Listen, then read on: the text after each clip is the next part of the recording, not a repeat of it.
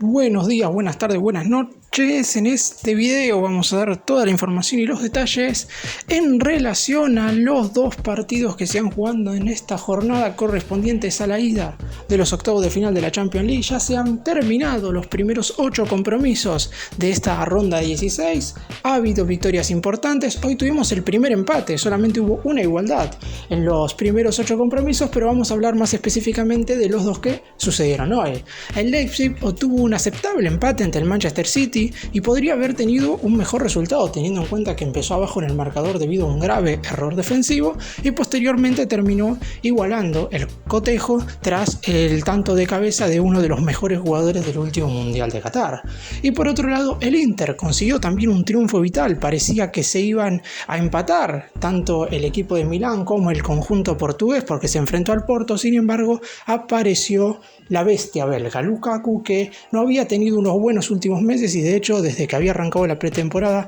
no había sido lo mejor del delantero. Finalmente pudo remedirse un poco de lo que fue luego de su vuelta al conjunto italiano y le ha dado el triunfo al Inter por 1-0.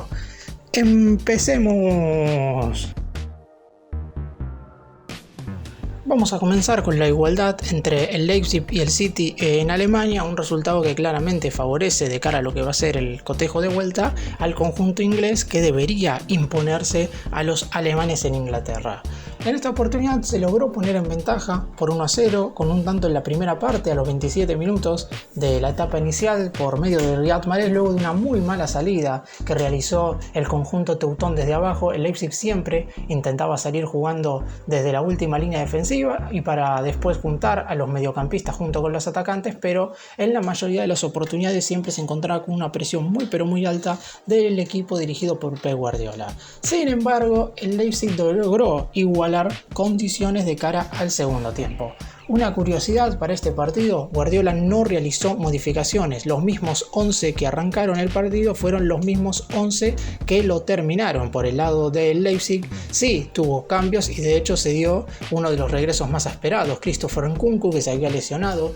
antes de disputar el Mundial con la selección francesa, volvió a jugar partidos después de bastante tiempo ya recuperado de su lesión.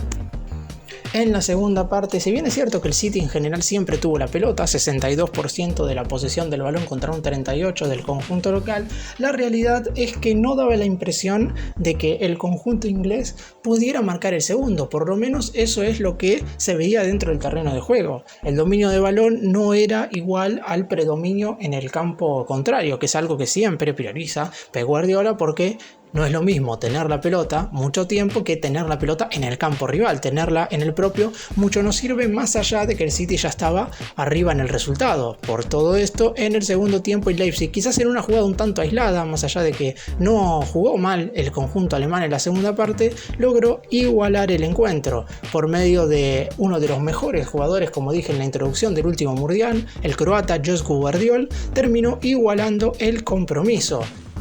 Floja reacción de la defensa del City en esta oportunidad y el conjunto alemán saca un resultado que, si bien no es el mejor de todos, porque claramente de local hay que obtener las 3 unidades o en este caso un triunfo como para ir al encuentro de vuelta muchísimo más tranquilo, claramente, y teniendo en cuenta todo lo que había sucedido en la primera parte donde te habías encontrado con un gol prácticamente por propia responsabilidad, más allá de obviamente las virtudes que tiene el City en el momento de presionar y a la hora de un jugador como Riyad Mahrez, que está teniendo una excelente temporada, encontrar ese tanto que le terminaría dando el triunfo parcial. Es por eso que este gol del Leipzig terminó siendo muy importante para el conjunto dirigido por Marco Rose, que de esta manera se ubica en una colocación mejor de la que pretendían, pero obviamente no la esperada. Por el lado del City, obviamente si Guardiola decidió no hacer modificaciones es porque veía bien lo que estaba haciendo su equipo dentro del campo de juego, más allá de que todos los que hayamos visto el partido nos dábamos cuenta que claramente no fue el mejor partido del City ni mucho menos. Defensivamente se lo notaba bastante endeble y en la parte delantera no hubo demasiadas situaciones de gol como para que el equipo inglés pudiera justificar un triunfo. Por eso mismo el empate termina siendo justo en lo que fue el desarrollo del partido y el conjunto dirigido por Guardiola se lleva un empate importante de cara a la revancha que se disputará dentro de 3 semanas en el Etihad Stadium. Y vamos ahora con el otro partido de estos octavos de final que se disputó en el día de la fecha, la victoria importantísima del Inter en condición de local por la mínima diferencia frente al Porto, un conjunto dirigido por Simone Inzaghi que pudo por momentos plasmar su idea de juego. Recordemos que el Inter siempre juega con una línea de 5 defensores, por lo menos así comenzó, después tuvo que desarmarla y pasó a jugar con línea de 4 durante el transcurso del partido porque claramente se vio obligado a tener que salir un poco más adelante, sobre todo después de una situación que se dio durante el compromiso en cuestión, y por eso hoy por hoy el Inter llega un poco más aliviado de cara a la revancha en Do Dragao. Claramente todavía va a faltar el encuentro de vuelta como para saber quién de los dos va a ser el clasificado a la siguiente ronda, pero por lo menos el Inter pudo llevarse un triunfo y gracias a uno de sus futbolistas que más necesitaba ser importante en el equipo, porque Romelu Lukaku no viene teniendo la mejor temporada. Entre lesiones, entre su bajo nivel en el Mundial, donde prácticamente solo ingresó un par de minutos al final de los encuentros para el combinado belga, necesitaba sí o sí sentirse importante con el conjunto italiano. Y en este partido pudo serlo, porque si no fuera por Lukaku, el Inter no hubiera ganado debido a que se necesitaba de su muy buena predisposición en la ofensiva como para intentar sacar estos 3 puntos. Y finalmente eso fue lo que sucedió. Luego de un primer tiempo muy pero muy peleado donde los dos contaron con ciertas situaciones de gol, llegaría en la segunda parte la apertura y el único tanto del partido. Primero lo que hay que decir es que a los 32 minutos del complemento, Otavio, futbolista brasileño que se desempeña como mediocampista ofensivo del Porto, vio la segunda amarilla, motivo por el cual fue expulsado por el árbitro del encuentro. Gracias a esto, obviamente el Inter estuvo un poco más suelto a la hora de buscar el resultado y la victoria en los últimos minutos de este importante. Apenas se dio la tarjeta roja para el conjunto lusitano,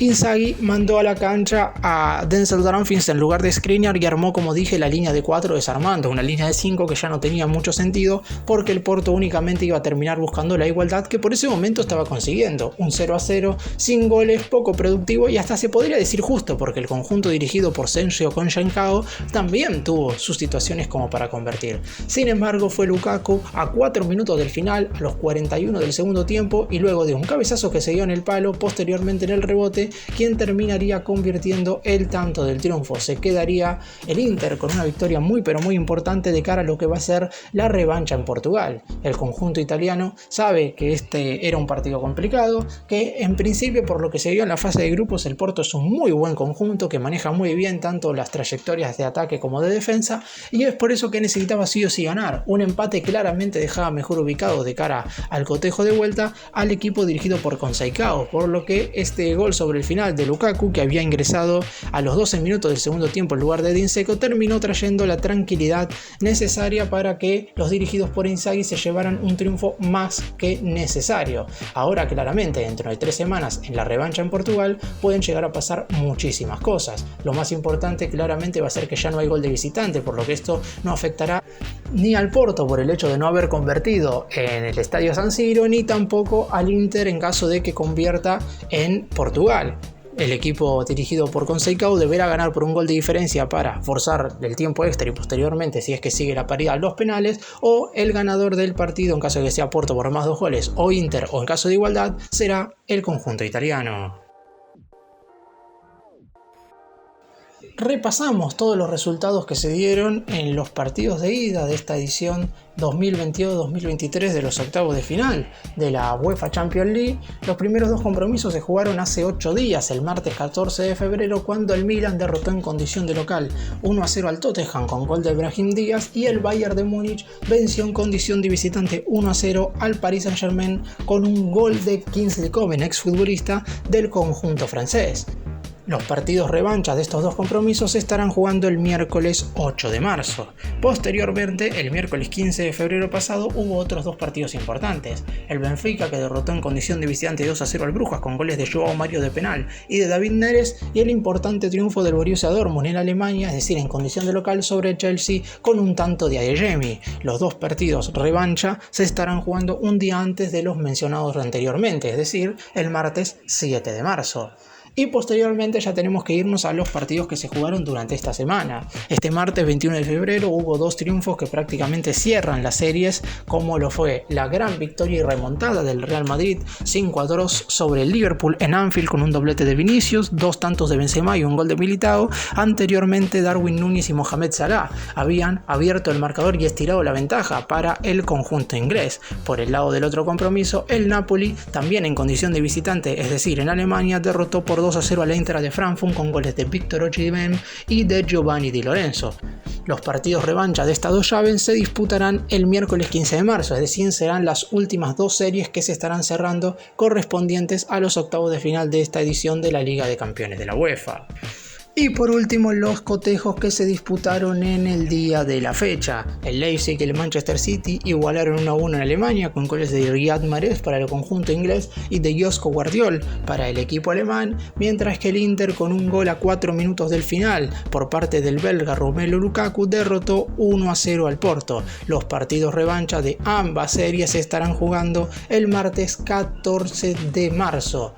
Parecería que hay series que ya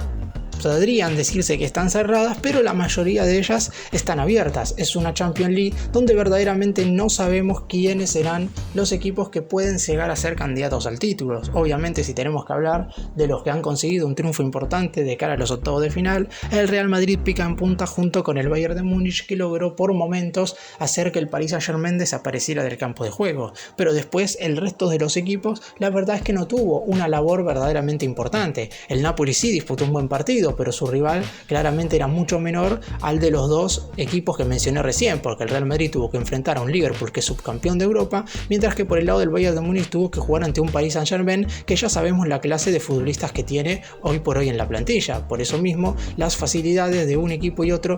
han sido distintas si analizamos únicamente estos primeros compromisos. De cara a las revanchas, seguramente muchos arriesguen más. Importante, y esto lo mencioné durante el video, ya no hay más gol de visitante, es decir, los conjuntos que no convirtieron en el primer partido no tienen menor ventaja, a diferencia de lo que sucedía en las anteriores ediciones de la Champions, donde sí, obviamente, si convertías un gol jugando fuera de casa tenías una pequeña ventaja de cara al compromiso de vuelta, mientras que el hecho de no haber recibido goles siendo anfitrión tampoco supone ninguna ventaja en relación al segundo cotejo.